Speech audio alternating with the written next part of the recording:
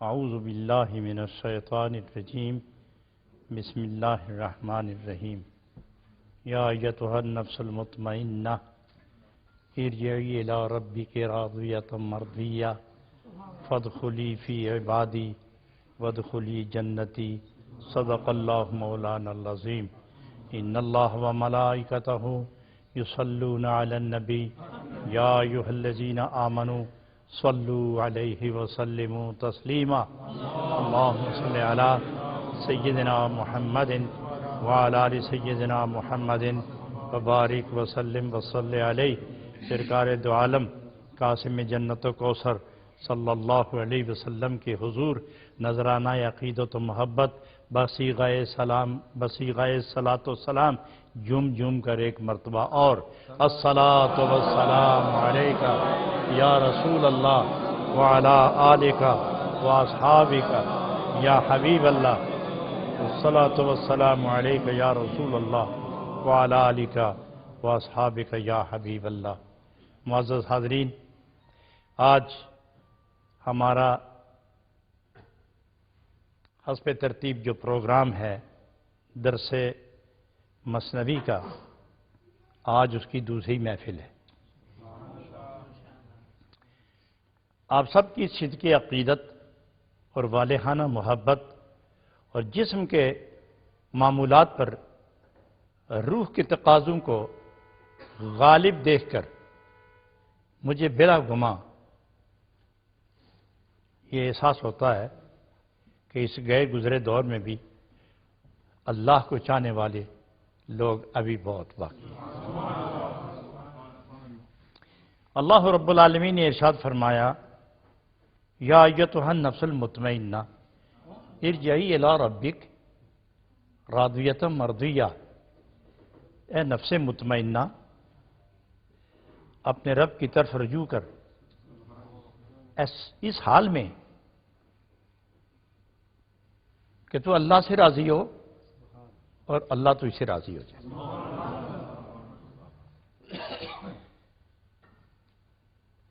حضرات گرامی، اس آیہ کریمہ کے مفہوم کی روشنی میں علامہ جلال الدین سیوطی، علامہ جلال الدین رومی رحمۃ اللہ علیہ،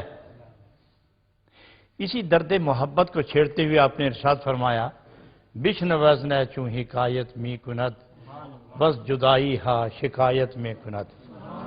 عرش کی بلندیوں سے آواز آتی ہے کہ ارجعی الی ربک، اپنے رب کی طرف رجوع کرو، اپنے رب کے حضور قرب و حضور حاصل کرو۔ اور رومی فرماتے ہیں بشنوزن چوں حکایت می کند بس جدائی ہا شکایت می کند۔ حضرات، اس کے بعض نکات تو بیان ہوئے تھے، اس شعر کے جو بقیہ نکات ہیں میں اختصار کے ساتھ پیش خدمت کر رہا ہوں، آپ اس پر توجہ فرمائیں اور جو لذیذ بات، روح کی پسندیدہ بات، کوئی من باتی بات سامنے آئے، کان سے ٹکرائے تو دوسرے کان سے نکلنے نہ دینا، اس کو دماغ اور دل اور روح پر وارد کرنا۔ اور ایک بات میں اور بھی عرض کروں کہ انتہائی غافل انسان کیوں نہ ہو مگر وہ بیوقوف نہ ہو، انتہائی غافل انسان کیوں نہ ہو مگر وہ دیوانہ نہ ہو، پاگل نہ ہو۔ اس کی نظر کام کرتی ہو تو حسن اس کو اپنی طرف پھیر لیتا ہے۔ ظاہری چہرے کا حسن آنکھوں کو اپنی طرف متوجہ کر کے دل اور دماغ کو متاثر کرتا ہے، اور روح کی پاکیزگی ارواح کو متوجہ کر کے اپنی طرف نہیں پھیرتی، وہ دعوت اللہ دیتی ہے۔ اس لیے جناب رومی فرماتے ہیں وشنوزن چوں حکایت می کند بس جدائی ہا شکایت می کند۔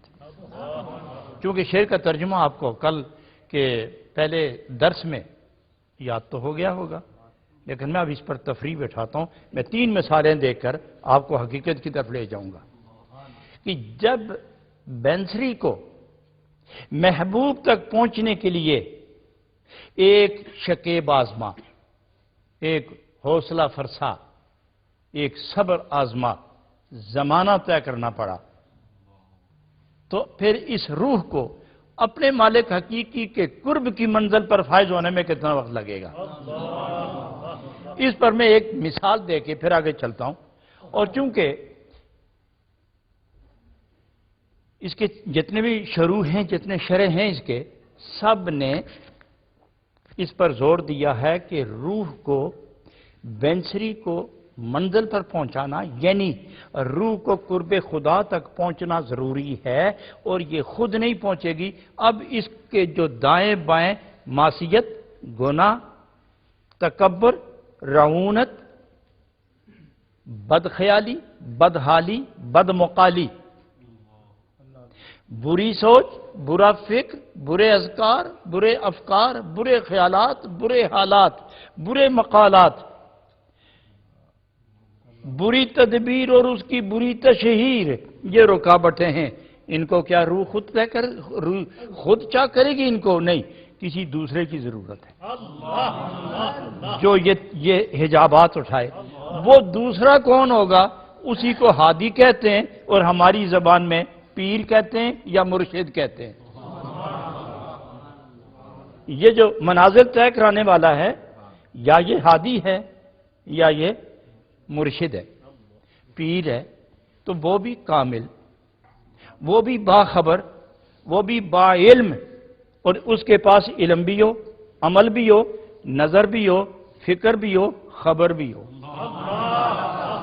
وہ پیر ہوتا ہے، وہ مرشد ہوتا ہے، وہ منازل آہستہ آہستہ آہستہ طے کرواتا ہے۔ حضرات گرامی، ایک مثال سنیے۔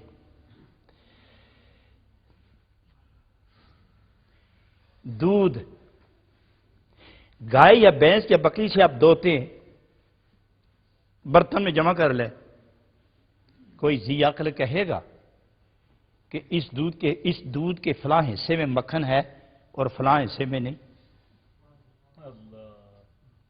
یہی کہے گا نا کہ دودھ میں مکھن ہے، پھر دکھاؤ، اوپر ہے، درمیان میں ہے، نیچے ہے، یا سارے دودھ میں ایک قطرہ نکال کے باہر کر کے دکھاؤ کہ اس قطرے میں نہیں ہے اور باقی میں ہے، کیا کہو گے؟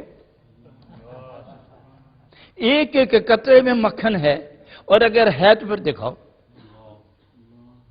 اب جو تیسری شے آئے گی، مکھن، دودھ سے مکھن علیحدہ کر کے دکھانے والی، وہ کوئی اور ہوگی، وہ شے کوئی اور ہوگی۔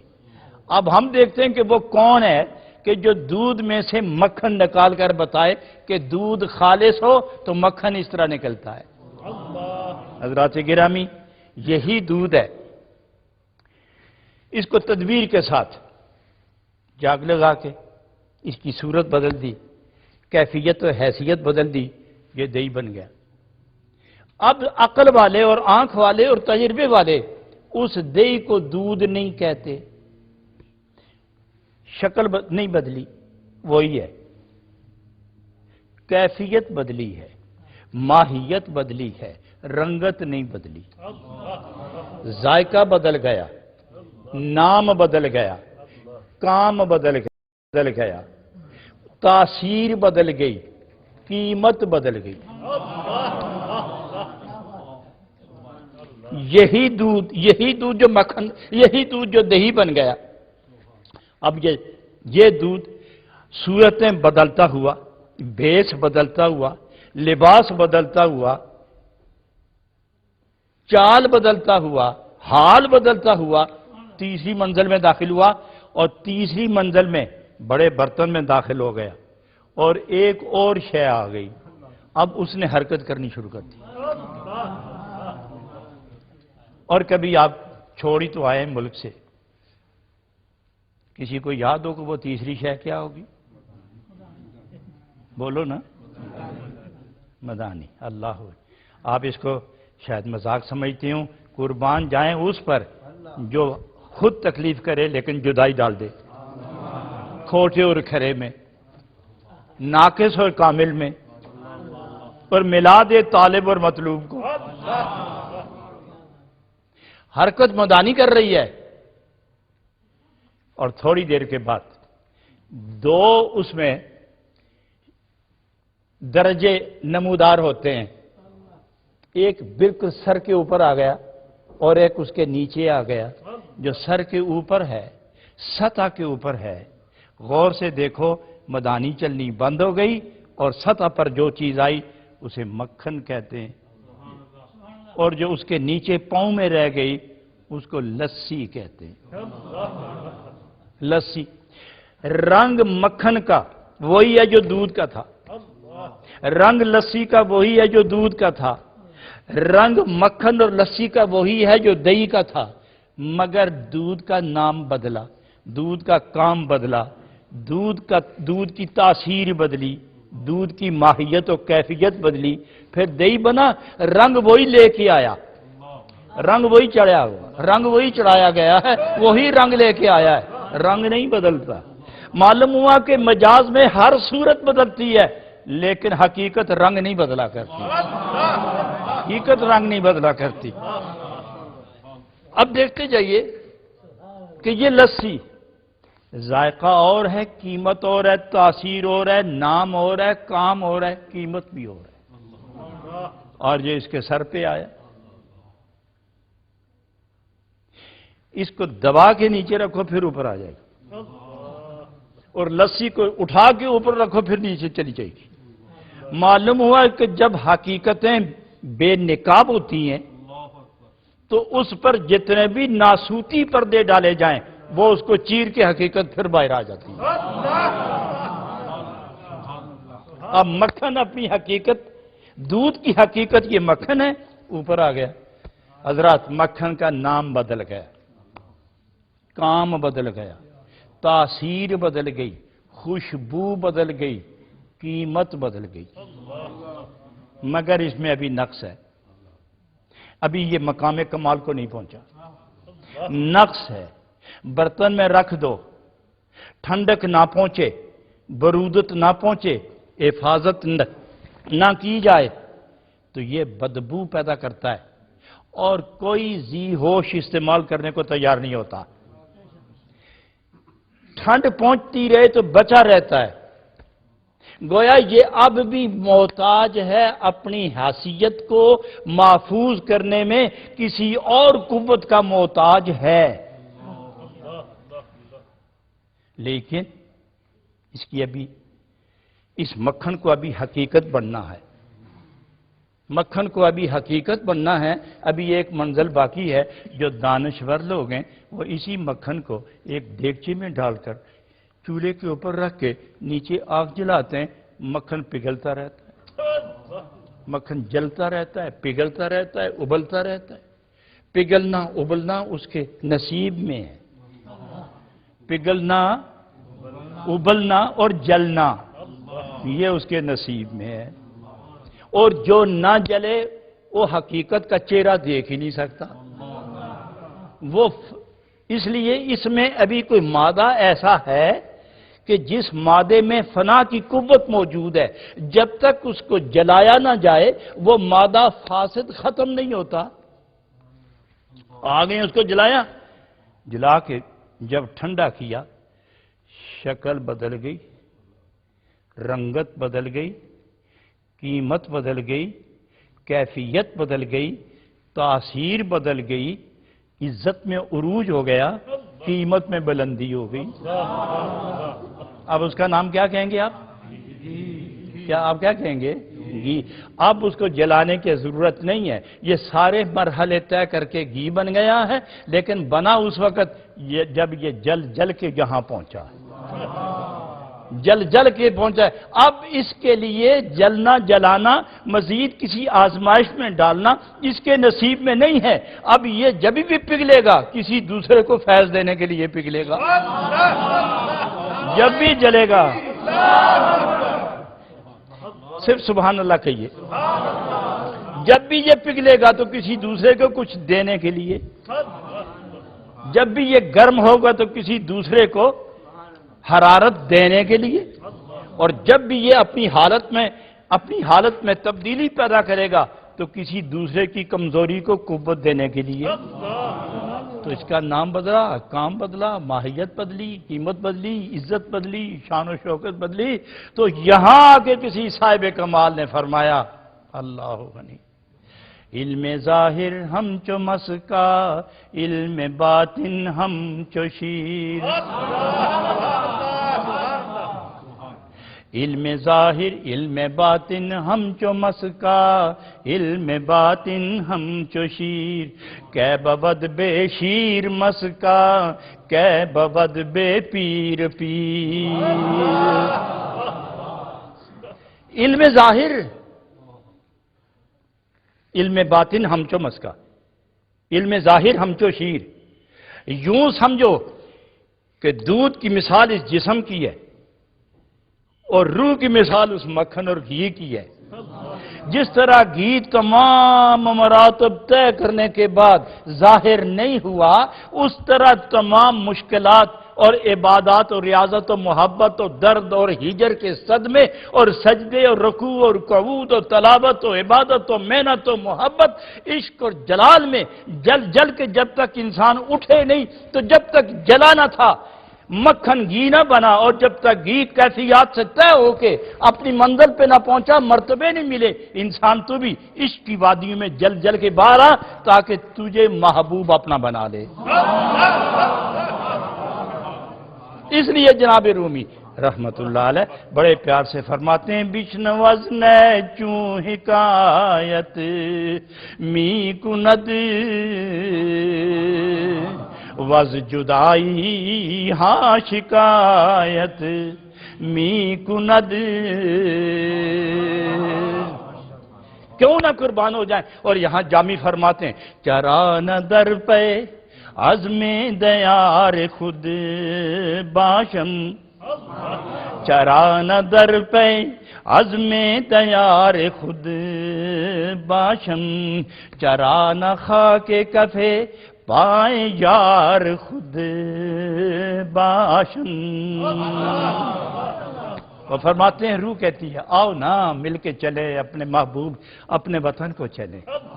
اب روح سے کہتی ہے، دوست سے کہتا ہے آؤ نا ملیں اپنے محبوب سے، جدائی میں زمانے تو گزر گئے، آؤ مل کے چلیں۔ تو راستہ کہاں ہے؟ فرمایا جہاں سے ہمارا یار گزرتا گیا اس کے پاؤں کے نشان، وہاں سے جلوے ہمیں بلا رہے ہیں، جلوے بلا رہے ہیں۔ بھولیں گے کیوں؟ جہاں بھولیں گے ان کے پاؤں کی کہکشاں ہمیں بلا رہی ہے، اور جہاں پاؤں لگا وہاں کا ہر ذرہ ستارہ بن کے چمک رہا ہے اور دیار محبوب کی رہنمائی کر رہا ہے، دیار محبوب کی رہنمائی کر رہا ہے۔ چلو چلیں، چران در پہ عزم دیار خود باشم، کیوں نہ پیار سے کہتے ہیں اے ارواحو سنو، کیوں نہ ہم اپنے اصلی وطن کو چلیں، کیوں نہ اپنے اصلی وطن کو چلیں۔ میں چھوٹی سی مثال نہ دے دوں کہ آپ کو یہاں ہو گئے، کسی کو 30 سال ہو گئے، کسی کو 40 سال ہو گئے، اور پوچھے کہاں کے رہنے والے ہو؟ کس وطن کے ہیں آپ؟ نیشنلٹی یہاں کی مل گئی، سکونت یہاں کی مل گئی، اولادیں یہیں ہیں، بیوی بچے رشتہ دار ہیں، گاڑیاں مال جائیداد دولتیں اور بینک بیلنس یہاں ہے، اور پوچھو کہاں کے رہنے والے ہو تو نام وہ انگلینڈ کا بتانے کے بجائے اپنے پاکستان کا نام لے رہے ہیں۔ معلوم ہوا کہ اصل وطن وہی ہوتا ہے جہاں سے کوئی آتا ہے، جی جہاں سے کوئی آئے وہی اس کا اصل وطن ہے، باقی تو تبدیلیاں ہوتی رہتی ہیں۔ تو روح بھی کہتی ہے کہ میں یہاں تو کہتا میرا اصل وطن تو وہ ہے، اصل وطن تو وہ ہے۔ اس لیے روح کہتی ہے چران در پہ عزم دیار خود باشم، کیوں نہ اے روحو بل کے ہم اپنے گھر کو چلیں، آؤ نہ گھر کو چلیں۔ اور دوسری مثال، میں ایک مثال اور دینے لگا ہوں۔ آپ نے موسم خزاں میں دیکھا ہوگا درختوں کے پتے گر جاتے ہیں، ٹہنیاں بے آبرو ہو جاتی ہیں، درخت ننگے ہو جاتے ہیں۔ وہ بہار، وہ چہل پہل، وہ رنگت، وہ رونق، وہ دلکشی، وہ رانائی درختوں پہ نہیں رہتی۔ یہ خود بخود کیوں گرنے لگتے ہیں؟ یہ پتے کیوں گرتے ہیں؟ یہ درخت کیوں بے نور ہو گیا؟ اس درخت کا لباس کس نے چھینا؟ یہ لباس درخت کا کیوں اتر گیا؟ درخت جواب نہیں دیتا. پھر پوچھتے تو درخت کہتا ہے زبان حال سے، میری اپنی غلطی ہے، بہاروں میں ہم نے اپنی حفاظت نہیں کی، خزان زیور چھین لیا. بہاروں میں ہم نے اپنا خیال نہیں رکھا، خزان رونق چھین لی. ہماری اپنی غلطی. درخت کی پریشانی، اس کی بدحالی اور اس کی تڑپ کہ سب کچھ تو خزان لے گئی مگر کسی انتظار میں اپنی جگہ سے ہلا نہیں. درخت پھر انتظار میں ہے تو اس کے انتظار، شدت انتظار، اس کا وقار اور پیار دیکھ کر بہار نے کہا چلو پھر لباس پہنا دیتے. پھر بہار آتی ہے. پھر جب بہار آتی ہے تو آہستہ آہستہ رنگت بدلتی ہے، شگوفے پھوٹتے، پتے نکلتے ہیں، پھول لگتے ہیں، پھل لگتا ہے، بہار آتی ہے، جوبن آ گیا، درخت پر مستی آ گئی، تھوڑی سی ہوا آئی تو درخت جب جھومتا ہے، درخت جب جھومتا ہے تو آواز دیتا ہے کل مجھے بے لباس دیکھنے والوں ذرا میری شان کا نظارہ بھی کر لو. اب مجھے دیکھو تو ببیز گلستان من بہار ہمارا، میری بہار تو دیکھو. میں آپ سے ایک بات پوچھتا ہوں، آپ سب علم و دانش والے لوگ بیٹھیں، یہ پتے کہاں سے نکلے؟ پتے کہاں سے نکلے؟ یہ پھول کہاں سے آیا؟ یہ پھل کہاں سے آیا؟ یہ کہاں سے وہ خزان جو لے گئی تھی یہ بہار اس سے واپس لے کے ادھر آ گئی؟ میں قرآن کے حوالے سے ایک بات کرنے لگا. اللہ فرماتا ہے عقل والو، آپ دودھ پیتے ہو نا، میں نے آپ ہی کے لیے تو پیدا کیا ہے، تو اس کا منبع دیکھا ہے آپ نے؟ یہ بھینس، گائے، بکری جب اس سے دودھ دوہتے ہو، برتن بھر لیتے ہو، تو سوچا آپ نے کہ کہاں فیکٹری اندر لگی ہوئی ہے جو دودھ پیدا کرتی ہے؟ یہ پروڈکشن ہاؤس کہاں ہے؟ تو اللہ خود فرماتا ہے کہ تمہیں تو سمجھ نہیں آئے گی نا، میں ہی بتا دوں تمہیں. اللہ غنی. تو اللہ فرماتا ہے یہ اس کی وہ فیکٹری کہاں ہے جو دودھ پیدا کرتی ہے؟ تو خدا نے فرمایا من بین فرس و دمن. ایک طرف گوبر ہے، ایک طرف خون ہے، درمیان میں فیکٹری بنی ہوئی ہے. لیکن اگر تم ذبح کرو بکری کو، گائے کو، بھینس کو ذبح کر لو، ذبح کرنے کے بعد جہاں سے دودھ نکلتا ہے اس جگہ کے چیر کے دیکھو تو تمہیں کوئی ایسا عضو نظر نہیں آئے گا، کوئی ایسی جز نظر نہیں آئے گی، کوئی ایسی شے نظر نہیں آئے گی جس پر تم انگلی رکھ کے یہ کہہ سکو کہ یہاں دودھ بنتا تھا. بتا نہیں سکو گے کہ یہاں دودھ بنتا تھا، کوئی آدمی نہیں بتا سکتا. لیکن رب فرماتا ہے کہ یہ ہم ہی بناتے ہیں. ایک طرف گوبر ہے، ایک طرف خون ہے، درمیان میں ہم دودھ کو خالصاً سائغاً للشاربین، وہ اتنا صاف، اتنا مزیدار، اتنا پینے والوں کو ذائقہ فراہم کرتا ہے کہ تم سوچ نہیں سکتے.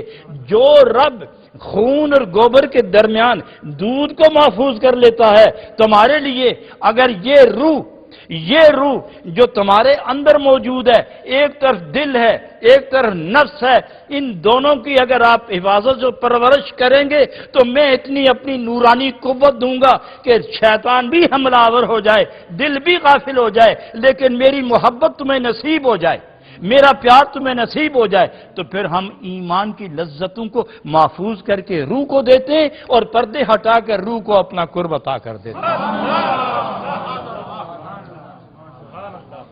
اگر بھینس کے پیٹ میں سے خدا دودھ نکال کے لاتا ہے تو درخت کے تنے اور چمڑے کے درمیان میں جو جگہ ہوتی ہے یہاں ساری بہاروں کی کیفیت خدا جمع کر لیتا ہے، اور جب وہاں سے جڑوں سے نکل کر حضرات میں یہ بتاؤں، جب خزاں آتی ہے تو تمام رطوبت یہ ٹہنیوں سے اتر کے آہستہ آہستہ جڑوں کی طرف چلی جاتی ہے، اور جب بہار آتی ہے تو پھر جڑوں سے وہ رطوبت جڑوں سے پھر وہ رطوبت آہستہ آہستہ اٹھتے اٹھتے اٹھتے کتنا لمبا چوڑا پھیلا ہوا درخت، 100 گز اونچا، 200 گز چوڑا ہو، نیچے جڑیں ہیں، جڑوں سے جو رطوبت اٹھتی ہے، جڑوں سے جو رطوبت اٹھتی ہے وہ پھیلتی ہوئی ایک ایک پتے تک پہنچتی ہے اور ایک ایک ذرے تک پہنچتی ہے۔ تو معلوم ہوا کہ غذا حاصل کرنے میں درخت محتاج ہے اپنے چمڑے اور تنے کا، یہ دونوں مل کر درخت بنتا ہے، محتاج ہے جڑ کا، اور جڑ محتاج ہے رطوبت کی۔ رطوبت ملتی جائے تو جڑ تقسیم کرتی ہے، اور جڑ پر جب جو بھی چیز دیکھیے آپ اپنے ذہن میں جب پودا لگاتے ہیں تو اس کے سر پر پانی دیتے ہیں، گلاب کا پودا لگائیں تو اس کے سر پر پانی گراتے ہو؟ کہاں گراتے ہو پانی؟ اس کی جڑ میں۔ کیوں؟ تمام پتے اور تمام ٹہنیوں پر پانی گراؤ کوئی اثر نہیں ہوگا، جڑ پہ پانی جائے، جڑ میں پانی جائے گا تو وہی جڑ حسب ضرورت ہر پتے کو رطوبت پہنچائے گی۔ تو اللہ تعالیٰ ساری کائنات کو خود بخود رزق نہیں دیتا، اس دو جہان کی جڑ ہے جناب محمد الرسول اللہ صلی اللہ علیہ وسلم، تو خدا دیتا ہے جڑ کو جناب محمد الرسول اللہ کو۔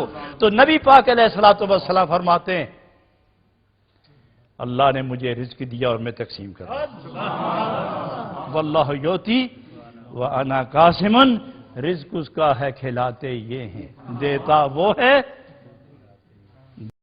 کھلاتے یہ ہیں۔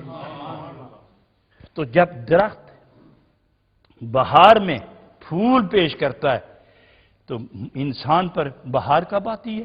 جب یہ سجدے کرتا ہے، جب یہ رکوع کرتا ہے، جب یہ عبادت کرتا ہے، جب قرآن کھلتا ہے، جب دل کی کتاب کھلتی ہے، جب محبت کی نگاہ سے دل کی کتاب پر نظر لگتی ہے تو پھر وہ حروف نہیں پڑھتا، وہ جلوائے محبوب کی تلاش میں لگا رہتا ہے، وہ جلوائے محبوب کی تلاش میں لگا رہتا ہے۔ لوگ چیز تلاش کرتے ہیں، علاقے میں سیر کرتے ہیں، دریا میں، فضا میں، خلا میں، صحرا میں، صفوف سما کی طرف توجہ کرتے ہیں، اور صوفی کو پتہ ہے کہ محبوب تلاش کرنا پڑے تو کہاں دیکھتے ہیں، وہ آنکھیں بند کر کے سر جھکا کے دل کی وادی کے اندر محبوب تلاش کرنے میں لگے رہتے ہیں۔ اور جب کوئی سمجھ نہ آئے تو کھڑے ہو جاتے ہیں، کھڑے ہو کے پھر اللہ اکبر، دو جہاں سے منہ موڑ کے پھر ہاتھ باندھ کے کھڑے ہوتے ہیں۔ اب یہ تلاش کی ایک نئی جہت نمودار ہوئی ہے، اب یہ کھڑے ہو گئے۔ کیوں؟ اگر ہاتھ نہیں باندھتے، اللہ اکبر کی تکبیر نہیں چلاتے، خیالات ختم نہیں ہوتے۔ اللہ اکبر کہہ کے خیالات ختم کرتے ہیں، کانوں سے ہاتھ لگا کے جب ہاتھ باندھتے ہیں تو کائنات کی ہر شے دیکھتی ہے محبوب کی تلاش میں کھڑا ہو گیا، اب آواز نہیں دینی چاہیے، تو کوئی آواز نہیں دیتا۔ باپ بیٹے کو آواز نہیں دیتا، بیٹا باپ کو آواز نہیں دیتا، محبوب اپنے محب کو، محب اپنے محبوب کو۔ نماز میں کوئی ایک دوسرے کو انٹرفیئرنس نہیں جائز، اس لیے کہ وہ ساری کائنات سے جو سب سے بڑی ذات ہے اس کے سامنے کھڑا ہو گیا، کو اس سے بڑا ہو تو اس کو بلائے، اس لیے وہ اس حال میں وہ مشغول ہو گئے۔ تو یہ منزل ہے۔ لوگ کہتے ہیں، کتابوں والے کہتے ہیں، شریعت کہتی ہے کہ یہ عبادت کا مرحلہ ہے، طریقت کہتی ہے عبادت کا مرحلہ ہے، ہم بھی مانتے ہیں، لیکن یہ تلاش محبوب کا مرحلہ ہے، یہ تلاش محبوب کا مرحلہ ہے۔ کھڑے کھڑے سمجھ نہ آئی تو اور جھک گئے، اور جھک گئے۔ تو جب فرت محبت سے ندا دیتا ہے سبحان ربی العظیم، میرا رب پاک بھی ہے، عظیم بھی ہے، ملتا کیوں نہیں؟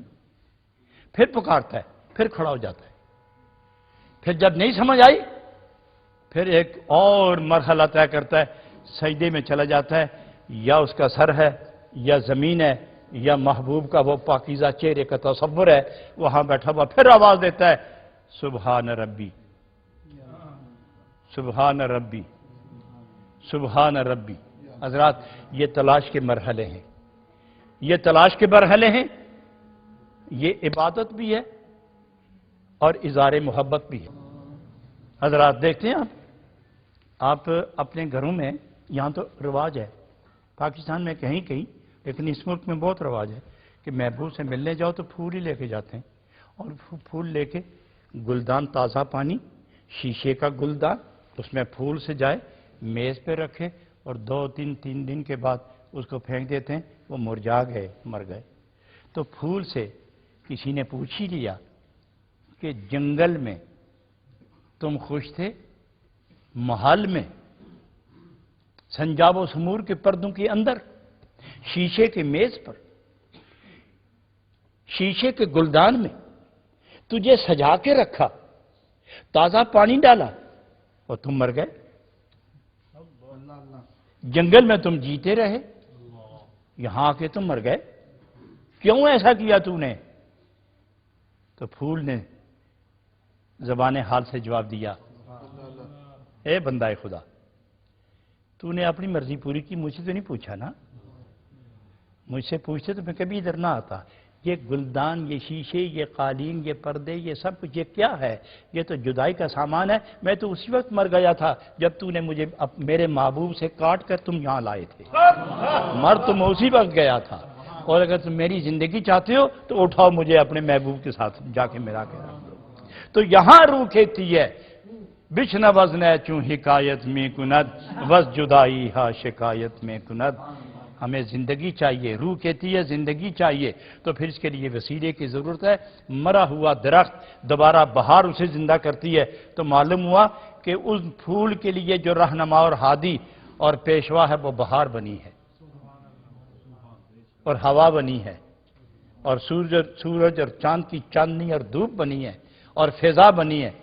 تو روح جب تو اپنے محبوب سے ملنے جائے تو پھر تجھے بھی ایسے پیر کی ضرورت ہے جو اس منزل سے حق آشنا ہو، اور وہ تجھے محبت کی اس وادی سے اس طرح باحفاظت گزار کے، سارے پردے چاک کر کے، تمہیں قرب و حضور کی منزل دے کر، سرور کا نشہ دے کر جب تمہیں چھوڑے تو تم اپنے محبوب سے جا کے مل جاؤ۔ تو اس لیے پیر کی ضرورت ہے، رہنما کی ضرورت ہے، دستگیر کی ضرورت ہے، روشن ضمیر ہادی کی ضرورت ہے۔ یہ ہے وہ بات۔ اس میں چند مثالیں حضرات اور بھی ہیں، اگر میں بیان کرنا چاہوں گا تو اس میں آدھا گھنٹہ اور لگ جائے گا۔ میں اس شعر کی پوری تحقیق، تفسیر، تشریح آج مکمل کرنے کے بعد کل جو ہماری محفل ہوگی وہ انشاءاللہ تیسرے چوتھے مضمون پر ہم توجہ دیں گے۔ اللہ تعالیٰ آپ سب کو سلامت رکھے، اور ہمارے اس نور ٹی وی کے پروگرام کو، عجیب بات ہے، دیکھیے خدا بھی نور ہے، خدا کا محبوب بھی نور ہے، اور جو قانون آیا وہ بھی نور ہے، اور یہ جو بیٹھے ہوئے ہیں یہ بھی نور والے ہیں، اور ان کو جو پیغام دینے آیا ہے نور کا پیغام نور والوں کو، وہ بھی نور ہے، اس کا نام نور ہے، اس کا کام نور ہے، اس کا وہ جو جام لے کے آیا محبت کا وہ بھی نور ہی ہے۔ حضرات گرامی، خدا آپ کو سلامت رکھے، اور کل کی محفل انشاءاللہ اس سے قدرے مختلف ہوگی۔ ربنا تقبل منا انک انت السمیع العلیم وتب علینا انک انت التواب الرحیم۔ اللہم انی اسألک العفو والعافیہ والمعافاۃ الدائمۃ فی الدین والدنیا والآخرہ والفوز بالجنۃ والنجاۃ من النار۔ سب محبت والے دوست ہیں بیٹھے ہوئے، آپ دعا کریں خداوند عالم اس نور ٹی وی کے ذریعہ ہم دنیا کے ہر کونے گوشے میں رہنے والے عقل اور روح والوں کو ہم پیغام خدا اور پیغام محمدی ان کے روح کے اندر اتارنے میں کامیاب ہو جائیں۔